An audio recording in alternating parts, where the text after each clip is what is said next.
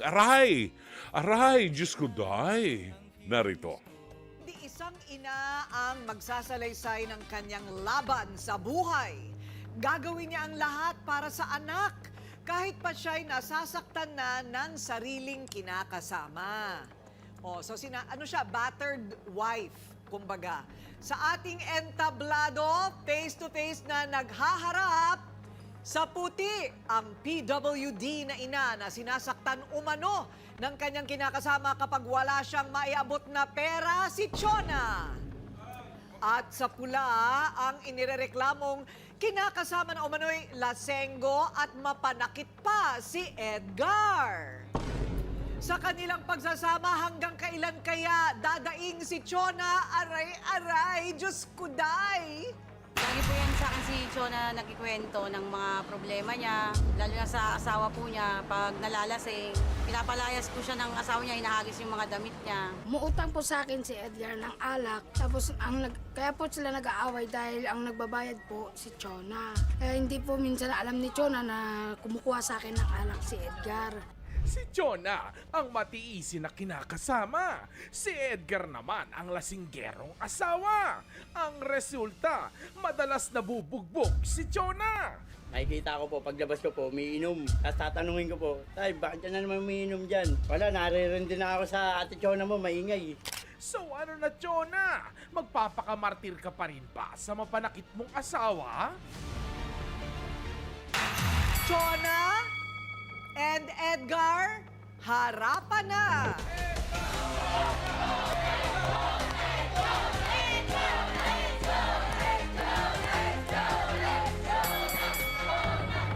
Okay, si Chona, matataguri ang PWD. Kasi ipinanganak ka na, Chona, na wala talaga yung isang mata, ano? Ha? So mula pagkabata. Opo, simula po pagkabata, inborn po. Ilang taong ka na ba? 46 po. 46. Ilang taong ka naman, Edgar? 57 po. 57. Matagal na kayo nagsasama? Tagal na po. Tagal na po. Matagal na ilang taon?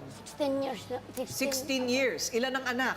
Dalawa po. Dalawa lang. Ay, mabuti naman. Hindi sumobra doon. Nakapagtapos. Yung meron, hindi pa po, yung meron pa akong grade 7. May grade 7 ka pa? Opo, yung ko po, panganay. Ah, ganun. Nagsama kayo ng matagal, pero kailan ka lang nag-anak? Tama ba? Okay, so grade 7, nag-aaral.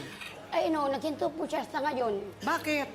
Nahihirapan po kasi ako sa budget ko sa, mababaw po sa mga anak ko. Kasi Bakit? po, walang din po lagi pinapabawal po sa kanya. Sabi niya sa akin, nag-umpisa po siya nagpasok pero minto po siya kasi nga po yung baon. Nahirapan po ako sa araw-araw po 100, tapos yung pulso ko po 70.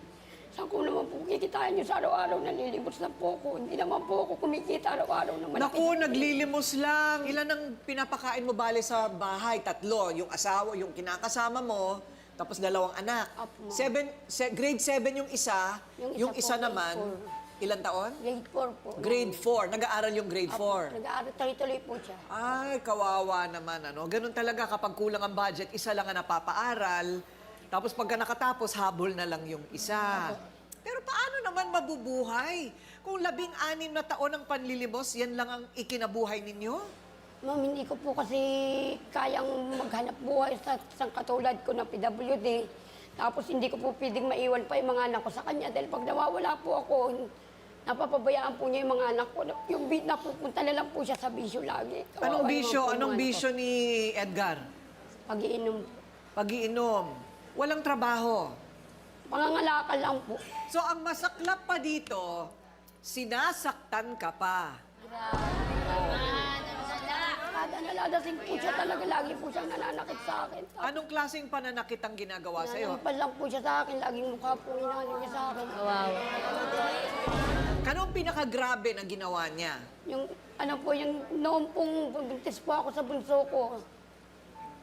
6 months po ako noon. Nasampi ka po niya ako sa mukha. Tapos parang natadyakan pa po yata niya ako. Tinadyakan pa. Puti So, po niya. gaano katagal na itong pananakit sa'yo? Matagal na po yung unang-una pero nasundan po ito nung 5 lang po, nasundyan lang po nasundan yun. Natigil na po yung pananakit niya dati, kasi nalaman niya po, PWD ako. naawat po yun dahil nauso na nga po yung PWD bawal saktan. Naulit lang po ulit ito ngayon, itong pong 5 lang, Agosto 5 lang po. So hindi naman araw-araw. Hindi naman po. Pag Hindi naman. tahimik lang po ako, hindi naman po naman pong away na ano. Kaya lang, pag nabubungangaan ko nga po siya, doon po niya ako sinasaktan. Ayun. Pagbubunga nga, lalo kapag lasing.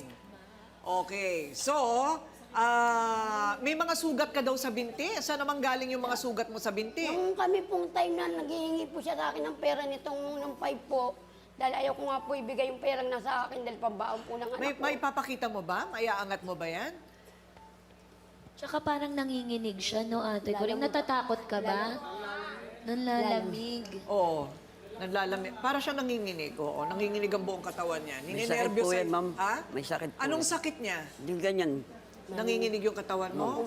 Yun ang tanong namin sa'yo, Edgar. Lasing ka nung hapon ng August 5, natatandaan mo ba na nasaktan mo talaga si Chona? Hindi ko po alam. Naku. Hindi mo alam. Tigilan mo ko. Ano yung nag-blackout ka, kuya? Hindi mo maalala? Lasing na lasing ako. Sobrang kalasingan, hindi mo maalala. Kakaiba? Palagi Ano yung ka iniinom mo nun? nakatandaan Ma'am, ako lahat sa bahay, ma'am. Ako naglilinis, ako naglalaba, ako lahat. Pag siya po hindi lasing, pag hindi po siya lasing, Gaano ka ba kadalas uminom? Sa isang linggo, ma'am, 3 araw. Akala ko 3 beses sa isang araw. Sa 200 pesos, ate ko rin sa Kala ko- nakuha ang pang-inom. Kala ko breakfast, lunch at Hindi po, dinner. isama lang po. Sa mga kasama mo, nakikiinom ka lang. Kainom lang ako mga kasama ko. 57 ka lang.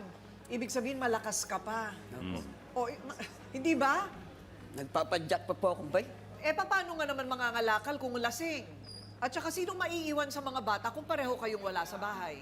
yung sa akin naman po ma'am, pag po umaga, nakapasok na po yung isa ko, papakainin, maaga na po muna ako pupuntang MRT, mga 3:30 na sa MRT na muna ako didiskarte pa pambaon ng punso ko. Pagka nakapasok na po siya, babalik na naman po ulit ako sa MRT para doon naman po sa isa kong anak na papasok na pang 6:30. Bibigyan ko po ng 100, pang umaga na po niya yun, hanggang sa tanghali, kasi hindi na po ako mapagkabalik ng tanghali. Mas malakas po kasi yung kita sa tanghali, mga umuuwing tao. Pagkatapos ko po, balik na naman po ulit ako ng alas 3 sa bahay. O, so po pwede. Yun ang sinasabi mo. Kung ayusin lang natin at meron kang establing pinagkakakitaan, pwede. Oo, schedule. So, ang kailangan yata dito, Edgar, maghanap buhay ka araw-araw. Tama ba, Chona? Opo, alas 3 ng madaling araw, maalis na. Oo nga, pero kung hindi ka lasing, paano ka gigising ng alas 3 kung lasing ka kinagabihan? Alas 3 po. Ha? Alas 3. 3 beses lang po ako nagiinom sa isang linggo. Oo, wag na. Gawin mo na lang isang beses yan. Kasi pag ikaw ay lasing, nawawala ka sa sarili mo, nananakit ka. Oh, nasasaktan din ba niya ang mga anak mo? Hindi po. Hindi Ako lang naman. po talaga. Sana yung buhay ng mga anak ninyo mas gumanda kaysa buhay nyo. Dapat yun ang inyong target. Yun po talaga. Di ba? Oh, sabi ng mga researcher natin, nakikita ka daw nakahandusay sa bangketa. Oh, tapos lasing nung gabi, kinaumagahan, maglalasing ulit. Ala! Kaya kinagabihan, lasing ulit. Paano ba yun? Palagay ko may sasanga pa dito eh. Siya raw ang laging taga-awat ng gulo at madalas siya rin ang sumasalo ng sapak at sipa. Tawagin na natin ang kaibigan ni Chona, Weng, humarap ka na.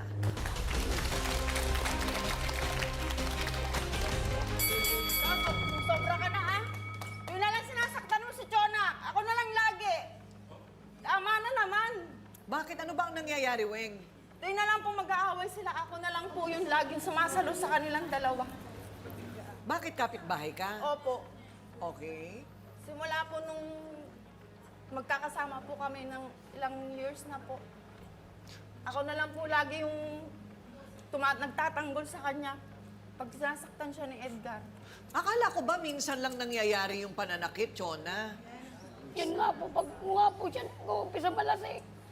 Sunod-sunod na po niya, nabubugbog. Pag wala po siya nakukuha ang pera sa akin. Oo. Lagi po niya ako nasabi ka sa mukha. Pag hindi ko na po makaya yung pamumugo niya, sinisigawan ko na po si Wena. Dahil pagka po, sobra yung paninipa po niya sa akin eh. Nisigawan ko na po si Wing para po tulungan niya ako. Naku, kung hindi naman kayo kasal, ba't ba hindi mo na lang iwanan? Tama. Oo. Lalo na kung matagal na nangyayari. Yan, ma'am. Pag nagawa ng isang beses, ate, paulit-ulit yan. Maturo ka. Pinapayo ko lagi sa kanya. Noon pa. Na ano? Na hindi mo na pala kaya yung pananakit na asawa mo. Bakit di mo iwanan? Dahil daw po sa mga anak niya. Hindi ko po kaya May anak magawa po yun daw dahil po kasi sila. yung bunso ko pong anak, pag ginawa ko na po yung hiwalayin ko ng tatay niya.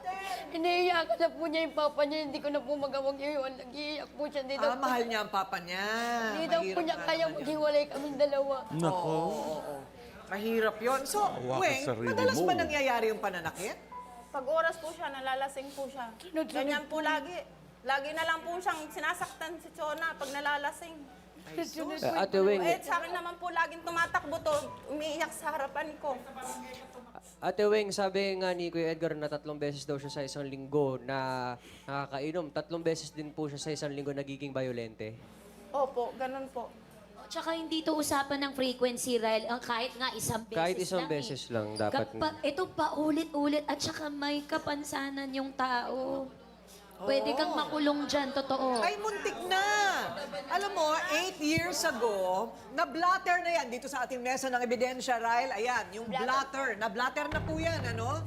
Kasi sinaktan ni Edgar si Chona kahit nung siya ay nagdadalang tao. Yun. Ay, Abuso okay, na iba pa yan. ito. Nakulong na po Pero ako, ma'am. na-blatter na yan. Nakulong po ako niyan. Yan. Nung hindi ko na po natiis yung sarili ko, pumunta na po ako. Ito lang yung kamakailan lang. Yan na po yung ni-blatter ko na po siya. Hindi ba maintindihan po ng mga anak ninyo kung gaano kalala yung sitwasyon? Hindi niyo po maipaliwanag. Panganay ko po, naintindihan po ng panganay ko, pero yung bunso po, doon po ako nahihirapan sa kanya. O, grade 7 na kasi. Na, sabi niya, ma, kung mawawala si Papa, hindi ko kaya. Gusto ko, buo tayo tuwing matutulog. Minsan po yan, ma'am. Bangas naman Pag ang mukha mo. Sobrang pa ako ng galit, pinapalayas ko po yan sa bahay kasi sobra na po yung pananakit niya sa akin. Eh. Minsan po isang beses, natulog po yan sa labas. Sobra pong iyak sa akin yung bunso. Eh, hindi po na siya natutulog talaga hanggat wala yung papa niya. Eh. Kawawa naman. Kaya hindi ko po talaga makayang iwan siya. Eh. Kaya nga, tsaka pag naririnig ng mga bata nag-aaway kayo, masama yan sa kanilang isip. Masipag at karapat dapat lang magpahinga ang best friend niya. Pero imbes na unawain, binubungangaan pa raw ng sariling kinakasama. Balong, humarap ka na. Yes. Kuya Balong, magandang araw. Mukhang si Kuya Balong, kayo po ba ang kainuman? Kayo madalas ang kainuman? Hindi po. Okay. Pupunta lang po sa akin yan pag minumuro niya, pinapagalitan niya si Edgar lagi. Kahit, lagi po si Edgar, pagod na po siya. Pagod na siya, naglalaro pa siya sa bahay nila. Tapos, Sandali, may tanong ako. Sandali. Lasing ka ba ngayon, kuya? Hindi pa bumababa yung gin. Di pa bumababa yung amats eh. Okay lang, kuya. Pwede mag-question. Tanong. Ito, maliwanag na tanong. Pagdating ba ni Kuya Edgar, ang salubong agad bunganga? Opo. O meron munang nangyayari bago magsalita si Ate Chona? Wala Yung po. totoo ah. Wala po. Kasi nangangalakad po yan, alas 10 ng madaling araw. Tapos pagdating sa bahay nila, maglalabas siya. Mag-iigib ng tubig. Minsan naman, pupunta sa akin. Susumbong sa akin, minumuro daw siya. Ito lang ganun ah. Siguro rin sinubukan ko intindihin. Ganun talaga eh. Sobrang hirap. Pag tuwing lumalabas daw, iigibig ng tubig, mamaya-maya, pinumura na daw. Kaawayin, binubunganga na daw. Baka May naman ginagawa kasi naman hinihingan mo din ng pera, pagod din yung tao, maghapong nasa kalsada, humihingi ng pera. Sinong hindi magbubunga nga?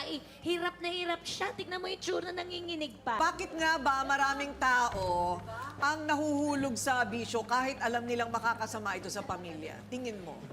Kasi ate ko rin ayaw nilang gamitin yung utak, yung common sense. Merong sense pero hindi na common. Ito sisisihin natin si Edgar. Bakit ka nananakit, Edgar? Kaya lang siya nananakit dahil nakainom. So, sino may kasalanan? Si Edgar. Edgar, tumingin ka rito. Tapatin mo ko. Proud ka ba sa ginagawa mo? Hindi po. Talaga? Bakit inuulit-ulit mo? Pag ano lang ako, na may problema. Ano? Pag may problema lang. Ay, hindi tayo mawawala ng problema, kuya. Oo. 56 na taon ang asawa ko, kinakasama ko, kasal kami. Ni hindi nadapuan ang kamay ko sa muka. Marami kaming problema araw-araw, kuneho ka. Hindi katwiran yan. Kayo mga babae, pangarap ba ninyo, kayo, Bakit? Bakit? Doktor lang. pangarap ba ninyo na makatagpo ng lalaking makakasama nyo na sasampalin ng pagmumukha nyo? Ayaw! Ayaw! Walang katwiran, Edgar. Walang katwiran para saktan natin ang babae. Ipinagkatiwala ng Diyos ang tinamaan ng kulog na yan sa'yo para mahalin at paglingkuran mo, kambing ka. Hindi para saktan. Lagot ko. Ate ko rin, sa'yo na. Maraming salamat, Dr. Love. Ayan. Sa pool na naman.